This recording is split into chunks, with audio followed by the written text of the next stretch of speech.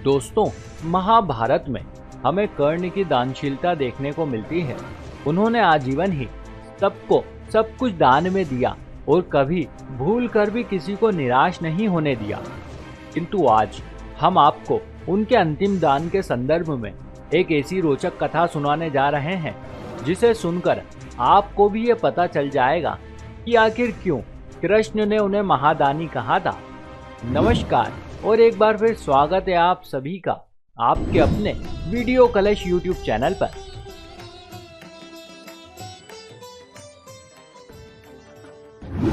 युद्ध का 17वां दिन समाप्त हो चुका था। आज ही कौरव सेना के तीसरे सेनापति के रूप में महारथी कर्ण की पराजय हुई थी। आप तो जानते ही हैं कि अर्जुन को विजय प्राप्त करने के लिए उन पर तप प्रहार करना पड़ा था जब वे धरती में धंसे अपने रथ के पहिए को निकाल रहे थे। इसी कारण युद्ध के पश्चात भी अर्जुन का मन अत्यंत ही व्याकुल था। तभी लीलाधर वहां आते हैं और दुखी मन से कहते हैं, आज महादानी कर्ण का पतन हो गया। कृष्ण के मुख से ये वचन सुनकर अर्जुन को थोड़ा आश्चर्य हुआ। वे सोचने लगे कि जिस वीरता का प्रदर्शन उन्होंने रणभूमि में किया था उसे ध्यान में रखते हुए आखिर क्यों केशव कर्ण को महारथी कहने के बजाय महादानी कहकर संबोधित कर रहे हैं। बस यही शंका की बात उन्होंने केशव के समक्ष रखी तो उन्होंने कहा, पार्थ, मैं ऐसा इसलिए कह रहा हूँ क्योंकि ऐसी स्थिति में भी कर्ण दान देने में सक्षम है।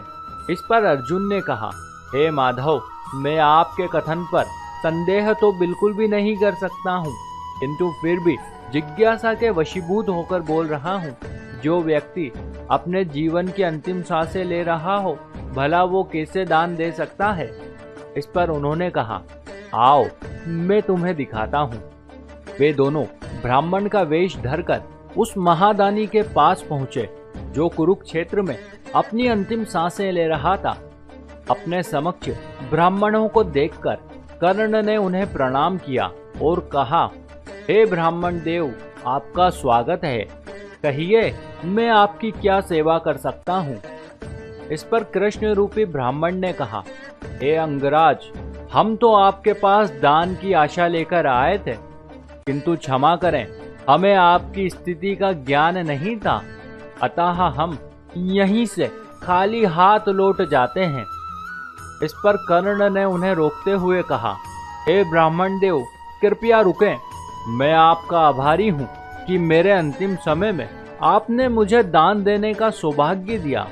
आपका ये कथन सर्वथा उचित है कि मैं आपकी सहायता करने में पूर्ण रूप से समर्थ नहीं हूँ, किंतु फिर भी आप कुछ क्षण प्रतीक्षा कीजिए, मैं आपको कुछ ना कुछ तो अवश्य ही दूंगा।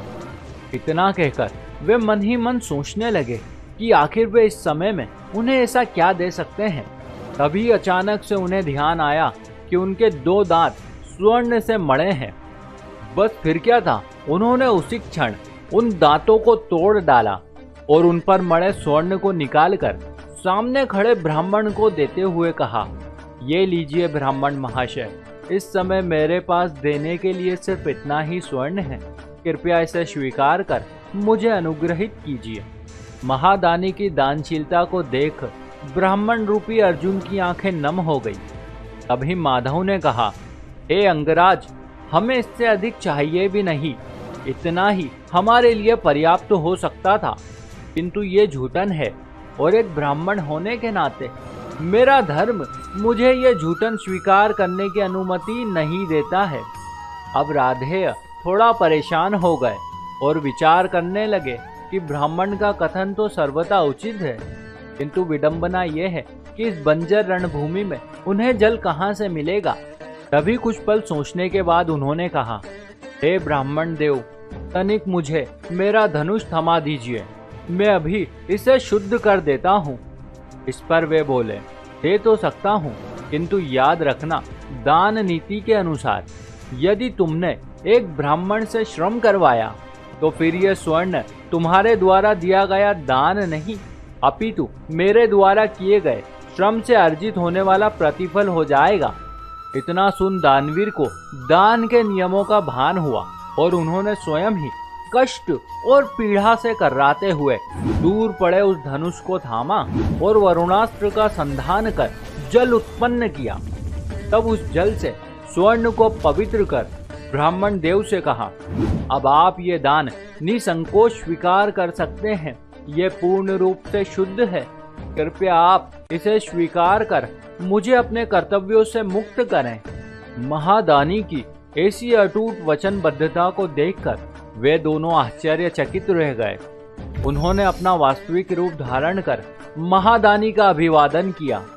तब वासुदेव ने भरे कंठ से कहा, हे दानवीर, न आज से पहले तुमसे बड़ा कोई दानी हुआ है और ना ही आज के पश्चात कोई होगा।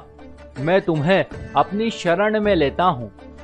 और इस प्रकार से दोस्तों, महादानी कर्ण ने अपनी दानशीलता का परिचय देकर कृष्ण के इस कथन को पूर्णतः सार्थक सिद्ध किया था। इसी के साथ हमारी ये कथा भी यहीं समाप्त हुई। उम्मीद है आपको ये जरूर अच्छी लगी होगी। यदि आप भी इस विषय में कुछ एक सकारात्मक विचार रखते हैं तो नीचे दिए गए कमेंट बॉक्स के माध्यम से हमें जरूर बताइएगा। देखते रहिए वीडियो कलश यूट्यूब चैनल। आप सभी का बहुत बहुत धन्यवाद।